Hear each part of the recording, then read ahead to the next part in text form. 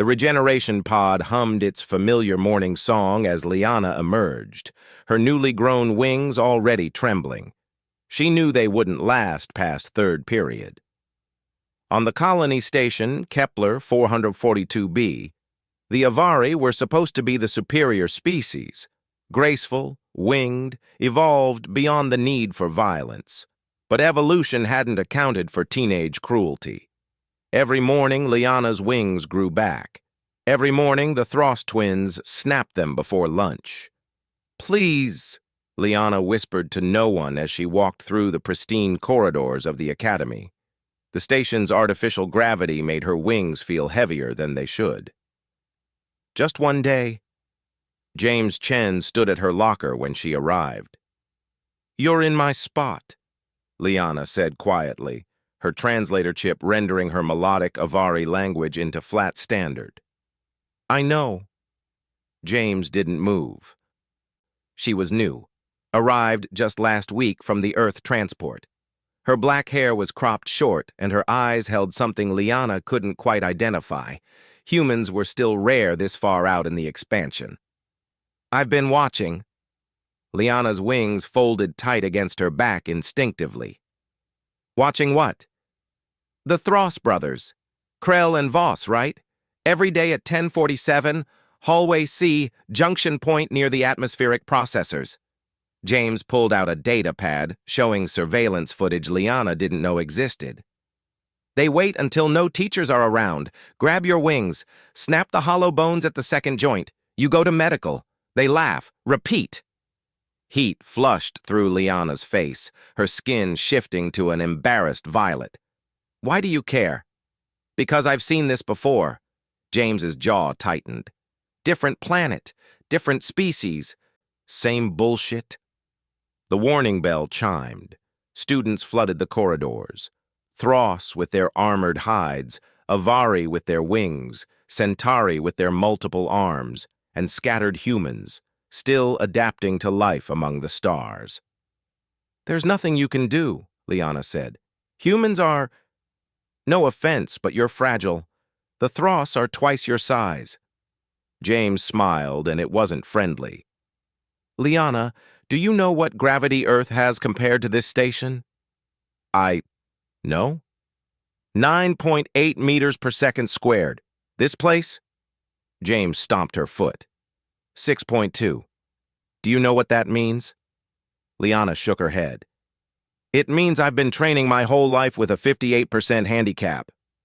James cracked her knuckles. "And you know what humans got really, really good at during our evolution?" "What?" "Violence." At 10:47, Liana walked down hallway C, her heart's hammering in her chest. Both of them, James had insisted she maintain her routine. Krell and Voss emerged from the alcove like clockwork, their scaled faces split in anticipatory grins. They were massive, typical Thross biology, built for their high-gravity homeworld, all muscle and armor plating. "Morning, little bird," Krell rumbled, reaching for her wings. Then James stepped between them. "Move, human," Voss growled. "This doesn't concern your species." "See, that's where you're wrong." James stood perfectly still, balanced on the balls of her feet. "Because I'm making it my concern." Krell laughed, a sound like grinding stone. "You barely come up to my chest. What are you going to—" James moved. Later, Liana would try to describe it to the medical staff. The way James used the lower gravity to launch herself upward, her knee connecting with Krell's jaw with a crack that echoed through the corridor. How she twisted midair, grabbing Voss's reaching arm and using his own momentum to flip him. Impossible in Earth gravity, but here. He sailed over her shoulder and crashed into the wall. Krell recovered, roaring, swinging a massive fist. James didn't try to block it. She stepped inside his reach, too close for him to generate power, and drove her elbow into the soft spot beneath his armored rib cage. Once, twice, 3 times with surgical precision. Voss charged from behind. James dropped low, sweeping his legs, easy in the reduced gravity, and as he fell, she drove her heel down onto his knee joint. The pop was audible. 15 seconds. That's all it took. Both Thross brothers lay groaning on the floor. James stood over them, barely breathing hard, her knuckles split and bleeding. Human bone density, she said conversationally to Liana, is actually pretty impressive. And we heal fast, too. She looked down at Krell and Voss. Here's what's going to happen. You're going to tell the teachers you slipped in the hallway. Both of you. Clumsy, embarrassing, or next time I won't hold back. You're insane, Krell gasped. No. James's smile was cold. I'm from Earth. We had to fight for everything. Our food, our territory, our place in the stars. We got good at it. And you know what the best part is? She leaned down. In this gravity, I'm not even trying hard.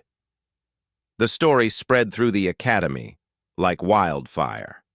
The human girl who broke the Thross twins. The administration investigated, but the Thross brothers stuck to their story. A clumsy accident, nothing more. Pride, Liana learned, was universal. No one touched Liana's wings again. A month later, as they sat in the observation deck watching the distant stars, Liana flexed her intact wings, feeling them catch the recycled air. Thank you, she said quietly. James shrugged. Humans have a saying, we're not scary because we're the strongest or the fastest. We're scary because we're the meanest species that decided to be kind. When we choose to protect someone, we go all in. Liana's wings rustled softly. I'm glad you chose me. Me too. James smiled, and this time it was warm.